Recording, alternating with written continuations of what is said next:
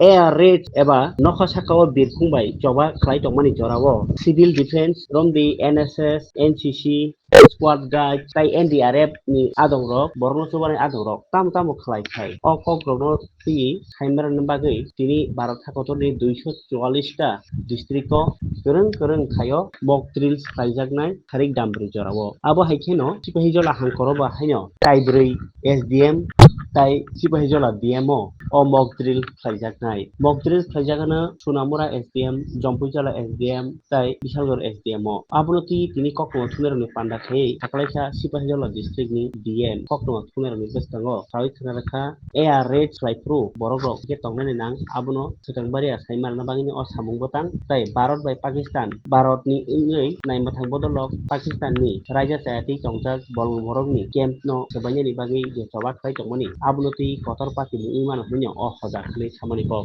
thing. But the point is कि any border area is sensitive, not just from external threats but also from various internal threats.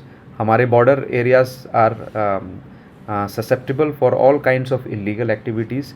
Cross border crimes होती हैं और स्मगलिंग्स होती हैं, narcotics का होता है, इलीगल इन्फिल्ट्रेशन के ये सारे पॉइंट्स हैं. तो all these locations are sensitive from external security as well as internal security point of view.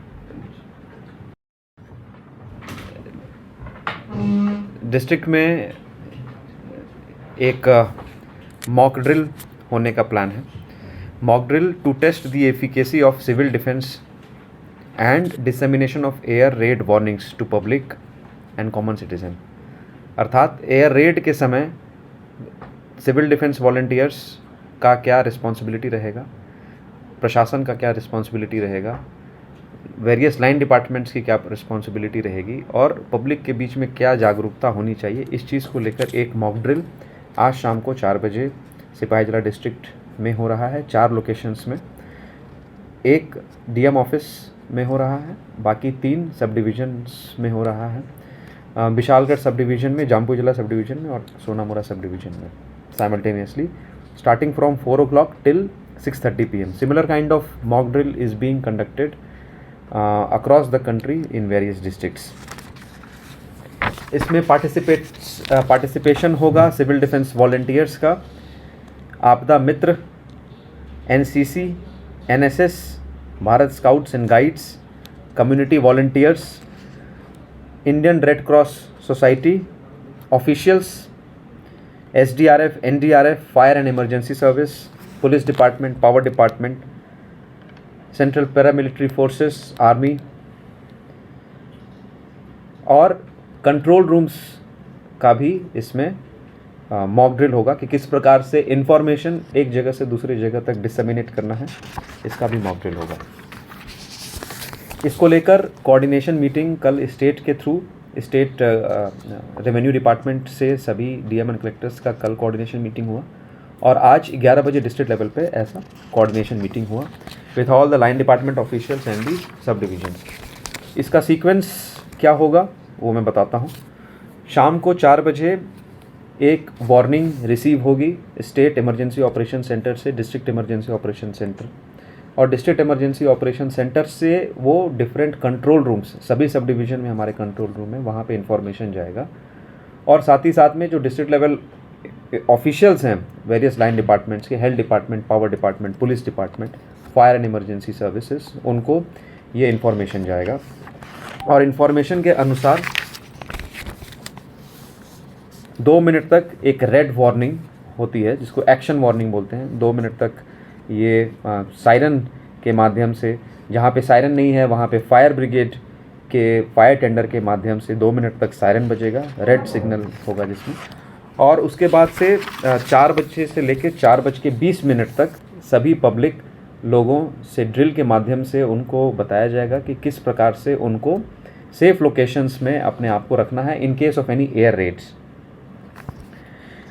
4:20 पे ग्रीन सिग्नल दिया जाएगा सायरन के माध्यम से, और यदि सायरन नहीं है तो फिर फायर ब्रिगेड के टेंडर्स के माध्यम से. और ग्रीन सिग्नल मिलने के बाद, ग्रीन सिग्नल इसका मतलब है कि एयर रेड ख़त्म होगी. 4:20 से लेके 5:30 तक 70 मिनट तक सर्च एंड रेस्क्यू ऑपरेशंस होंगे, जिसमें जो लोग चोटिल हुए हैं उनको they will be referred to the nearest hospital for treatment. Fire fighting, local fire जहाँ भी होगा उसको कंट्रोल में किया जाएगा। Operation of relief camps, essential services का रिपेयर, पावर डिपार्टमेंट अपने लाइंस की रिपेयर करेगी, पीडब्ल्यूडी अपने रोड्स का रिपेयर करेगा, आरडी डिपार्टमेंट अपने रोड्स का रिपेयर करेगा। डैमेज असेसमेंट होगा और डेब्रिस क्लियरेंस, मतलब जो साइट्स पे जो भी डेब्रिस होती है उसको क्लियर किया जाएगा। उसके बाद 5:30 बजे फिर से एक क्रैश ब्लैकआउट होगा। क्रैश ब्लैकआउट के समय पावर डिपार्टमेंट 5:30 से लेके 5:40 तक जितने भी पावर सप्लाईज़ हैं उनको कट करेगा as a part of mock drill, except for the emergency services like the health services. और सारे रेजिडेंट्स और ऑफिशियल्स को भी इस तरीके की जानकारी दी जाएगी मॉक ड्रिल के माध्यम से कि उस समय उन लोगों के अपने अपने लाइट्स इमीडिएटली स्विच ऑफ कर देने हैं टिल द नेक्स्ट सिग्नल, और कवर ले लेना है सेफ लोकेशन में। उसके बाद 5:30 से लेकर 6:30 बजे तक सेम ऑपरेशंस होंगे जैसा कि मैंने पहले बताया, search and rescue operations, referral of the injured to the nearest hospitals, debris clearance, damage assessment, fire fighting. और 6:30 बजे फिर से एक डी ब्रीफिंग होगी डिस्ट्रिक्ट लेवल पे, और उसके बाद एक मीडिया ब्रीफिंग होगी। तो आप लोगों का इसमें सहयोग लगेगा। आप लोगों के माध्यम से हम सभी लोगों में ये सभी लोगों को सचेत करना चाहते हैं कि इस प्रकार के ड्रिल्स में क्या क्या करना है, क्या क्या नहीं करना है। इस प्रकार के ड्रिल्स नॉर्मली नहीं होते, बहुत दिनों के बाद हो रहा है, तो ये और भी ज़्यादा ज़रूरी है कि आज जो प्रेजेंट सिचुएशन है उसमें हम लोगों की कॉमन पब्लिक को पता रहे कि कैसे उसमें उसको डील करना है, क्योंकि कोई भी इस प्रकार की जो सिचुएशंस होते हैं, जो